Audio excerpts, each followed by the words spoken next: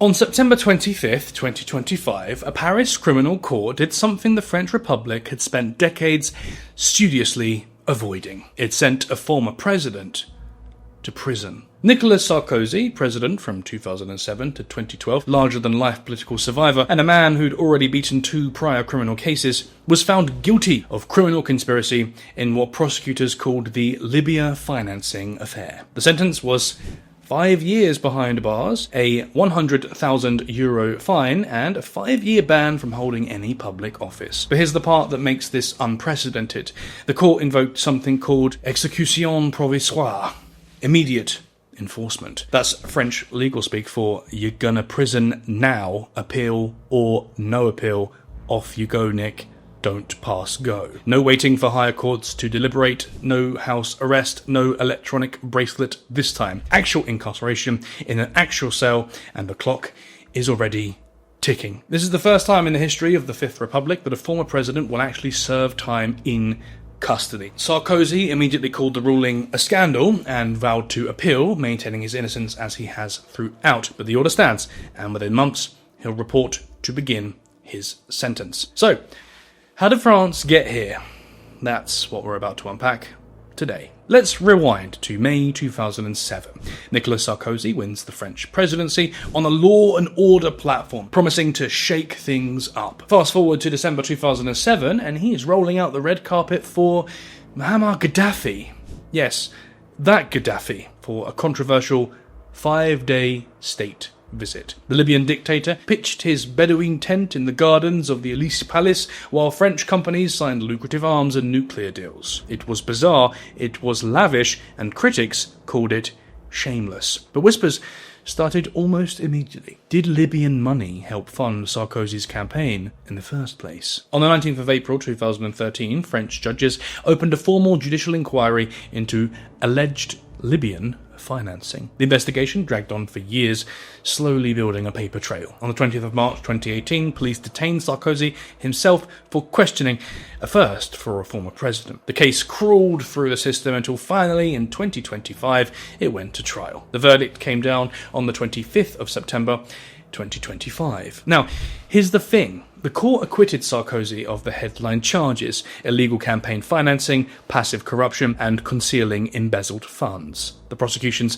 Big Bang theory that Libyan cash directly bankrolled his 2007 run didn't hold up. The judges said there was no direct proof money entered the campaign. So, if he was acquitted on those counts, why is he going to prison? Well, I'll tell you. The crime Sarkozy was actually convicted of is criminal conspiracy, or in French legal terminology, association de malfaiteurs. Think of it as preparing to commit a crime, even if the crime itself never quite materializes. The court's reasoning went like this. Between 2005 and 2007, Sarkozy's inner circle actively courted Libyan officials, seeking to secure foreign money for his presidential campaign. They held meetings, they made promises, they built a network designed to funnel cash from Gaddafi's regime into French politics. The judges ruled that the project itself, the conspiracy to corrupt the democratic process, was the crime, regardless of whether the money actually arrived. And the evidence for all this? Years of contacts with regime figures, diary entries allegedly recording €6.5 million in payments,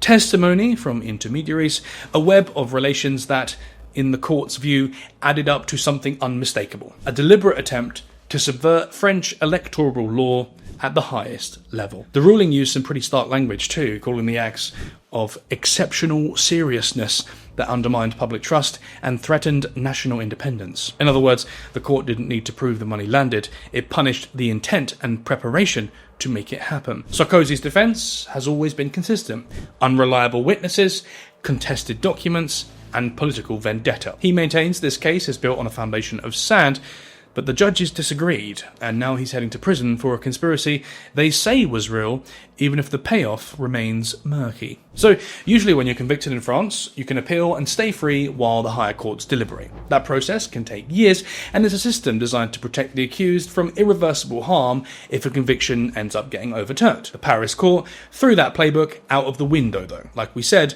don't pass go, don't collect €200, or whatever currency they use in Libya. They invoked exécution provisoire, immediate enforcement. Sarkozy was summoned on the 13th of October 2025 to be formally notified of when he must report, and the court made it pretty clear. Incarceration will begin within months. No eligibility for home confinement this time. No electronic bracelet, no quietly serving time in a private residence.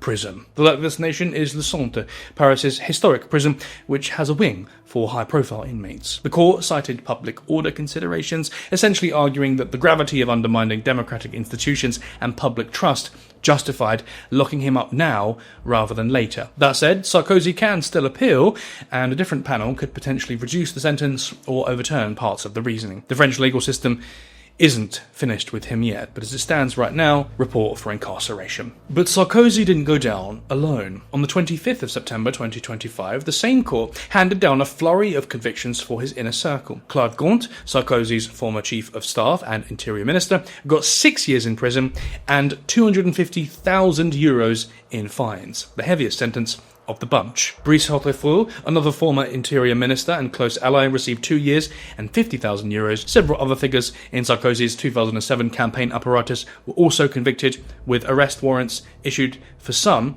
who didn't even show up to face the music. But not everyone went down. Eric Wirth, the former budget minister, was acquitted. The court drew clear lines between those it believed had actively participated in the conspiracy and those it couldn't pin down with sufficient evidence. This matters because it undercuts the defence's claim that all of this was a politicised witch hunt. If the court was just gunning for Sarkozy and his team indiscriminately, everyone would have been convicted. Instead, the mixed verdicts suggest that the judges actually discriminated between evidence that met the legal threshold and what didn't. Like the legal system is supposed to. What the verdicts reveal, though, is a network, an operational web spanning Sarkozy's campaign, his cabinet, and his closest advisors. This wasn't one man going rogue, it was, in the court's view, a coordinated effort at the highest levels of French politics to secure foreign money and subvert democratic norms. The Libya case isn't actually Sarkozy's first criminal conviction. It's not even his first time being ordered to serve time. Let's rewind to the Paul Bismuth affair, named after the alias Sarkozy used on a burner phone to communicate with his lawyer. In 2014, investigators wiretapped those calls as part of a separate probe and discovered that Sarkozy was allegedly trying to bribe a judge for inside information on yet another case against him. He was convicted on March 1st, 2021, and the sentence was 3 years in prison, 2 suspended, meaning 1 year to actually serve. He appealed, and on the 17th of May 2023, the appeals court upheld the conviction. He appealed again, this time to France's highest court, the Cour de Cassation, and on the 18th of December 2024, they upheld it too. In February 2025, Sarkozy began serving that 1 year sentence at home under an electronic tag. A first for a former French president. He wore the ankle bracelet, stayed within his permitted perimeter, and completed the term without incident. Why does this matter? Because when the Libya case court sentenced him in September 2025, Sarkozy already had a criminal record. He was a convicted felon before this case even concluded, which likely influenced the court's decision to deny leniency and order immediate enforcement. His legal team has vowed to take the wiretap case to the European Court of Human Rights, but that's a real Hail Mary. And then there's Pygmalion. This one stems from Sarkozy's failed 2012 re-election campaign. French law capped campaign spending at €22.5 million, but Sarkozy's team spent nearly €43 million, almost double the legal limit. They were routing invoices for lavish campaign rallies through a PR firm called Pygmalion, which then allegedly created fake invoices to hide the true costs from electoral authorities. On the 30th of September 2021, Sarkozy was convicted of illegal campaign financing and sentenced to 1 year in prison. He appealed, and on the 14th of February 2024, the Paris Appeals Court upheld the conviction but adjusted the sentence. 6 months firm, 6 months suspended, with the court to convert the firm portion to electronic monitoring rather than actual custody. As of the Libya verdict in September 2025, Sarkozy had petitioned the Cour de Cassation, France's highest court, for a final review, and a ruling was expected on the 8th of October 2025, just 2 weeks after the Libya sentencing. Now, why does all this matter? Because it's a second criminal conviction, either final or nearly so, landing on top of the wiretap case. And the accumulation is the point. 1 conviction might look like a fluke or a vendetta. 3 starts to look like a bit of a pattern. doesn't it? And Sarkozy's defence has consistently argued that he didn't personally manage the campaign's finances and wasn't aware of the fraud. The courts, however, disagreed. Now we need to talk about Ziad Takieddine, the Franco-Lebanese arms dealer and go-between who became the case's most unreliable narrator. Takieddine first claimed in 2016 that he personally delivered suitcases stuffed with €5 million in cash from Libya to Sarkozy's campaign. It was explosive testimony, vivid, detailed, and damning. But then in 2020, he suddenly recanted on live television, saying he'd made it all up and had never delivered any money. Then he changed his story again and again. On the 23rd of September 2025, just 2 days before the Libya verdict, Takieddine died in Beirut. Proceedings against him immediately ceased. His death was almost a relief for the prosecution, because by that point his credibility was shot. The court made clear in its ruling that it did not rely on Takieddine's shifting testimony as the foundation of its case. Instead, judges pointed to other evidence: contacts between Sarkozy's aides and Libyan officials, diary entries, financial records, and the broader pattern of behaviour. Sarkozy's defence argued that Takieddine's volatility and eventual death undercut the entire case, that he was the spine of the prosecution, and without him, there's nothing. But the court said otherwise. They built their conviction around what remained after stripping out the most contested witness, and that apparently was enough. So what evidence actually crossed the threshold? As we said, the court focused on the conspiracy itself, the preparation, the meetings, the network. They relied on documented contacts between Sarkozy's aides and the Libyan regime figures during the critical 2005 to 2007 window. They pointed to diary entries, allegedly recording payments totaling €6.5 million. They traced a web of relationships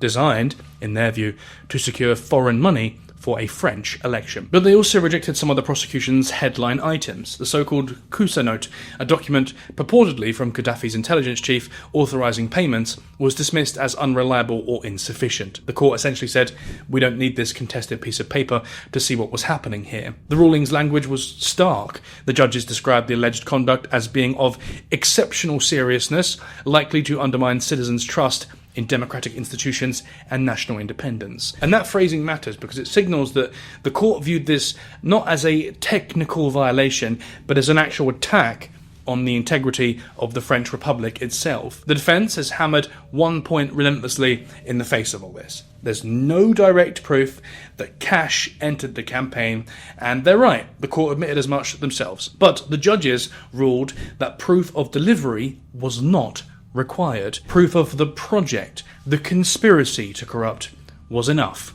Hence, the prison time. Sarkozy's reaction was immediate and defiant. He called the verdict a scandal and vowed to appeal, saying he would sleep in jail with his head held high. It was classic Sarkozy, combative, unyielding, framing himself as a victim of a politicised justice system rather than a convict facing rightful consequences. His legal team has maintained throughout that this case rests on unreliable witnesses, contested documents, and prosecutorial overreach. They argue that the evidence is circumstantial at best, that the timeline doesn't hold up, and that the entire affair smacks of vendetta politics aimed at destroying a man who remains one of France's most polarising figures. The financial crimes prosecutor pushed back hard on all of these claims. In a statement after the verdict, they rejected accusations of personal animus, stressing that the case was pursued under the rule of law with evidence meticulously gathered over more than a decade. They argued that no one, former president or otherwise, is above the law. The polarised reception tells you everything about Sarkozy's place in French life. To his supporters, he's a martyr, being persecuted by an establishment that never forgave him for challenging the status quo. To his detractors, he's finally being held to account after years of alleged misconduct. So, what does this actually mean in practice? Unlike the wiretap convictions, where Sarkozy served his time at home with an electronic bracelet, that option is off the table this time. The court was explicit: custodial incarceration. Le Centre Prison is in southern Paris, a historic facility that houses a wing for high-profile inmates. Think former politicians, white-collar criminals, people whose presence in general population would create security issues. Sarkozy would be held in a single cell, probably around 9 square metres, with access to limited outdoor exercise and tightly controlled visitation. He was summoned on the 13th of October 2025 for an appointment with the prosecutors to formally set his reporting date, and from there, incarceration must begin within months. Could he get out early? Possibly, French law allows inmates to apply for parole after serving part of their sentence, depending on behaviour and circumstances, but a presidential pardon, the nuclear option, is essentially impossible while his appeal is still pending. No president wants to wade into an active legal case and create a constitutional crisis. So the reality is quite straightforward. Sarkozy will report, he'll be processed, and then he'll begin serving time in an actual prison cell. The man who once commanded the Élysée Palace will spend the foreseeable future in a 9-square-metre room behind bars. But there's more! The Libya case isn't even the end of Sarkozy's legal troubles. There are other investigations still circling. First, there's the witness tampering probe tied to Zayed Taqiyuddin's sudden 2020 recantation. Prosecutors suspect Sarkozy or his circle pressured Taqiyuddin to flip his story on live television. Sarkozy was formally indicted on the 6th of October 2023, and then on the 9th of July 2024, his wife, former supermodel and singer Carly Bruni Sarkozy, was charged in connection with the same investigation. She denies any wrongdoing, but the case pulls the legal jeopardy right into Sarkozy's immediate family. And then there's the Russian business probe. After leaving office, Sarkozy reportedly took on consulting work involving Russian interests, including ties to an insurance company with Kremlin connections. French authorities opened a preliminary investigation into influence peddling in January 2021, examining whether Sarkozy used his post-presidential status to improperly benefit foreign clients. It's still in the preliminary phase, so no charges yet. Sarkozy denies any wrongdoing in all of these matters,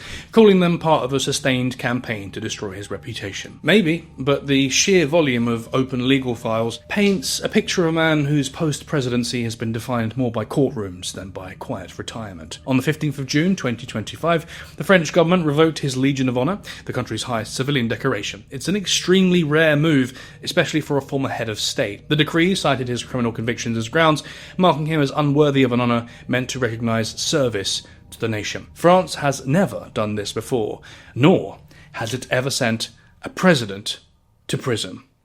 Now, it has.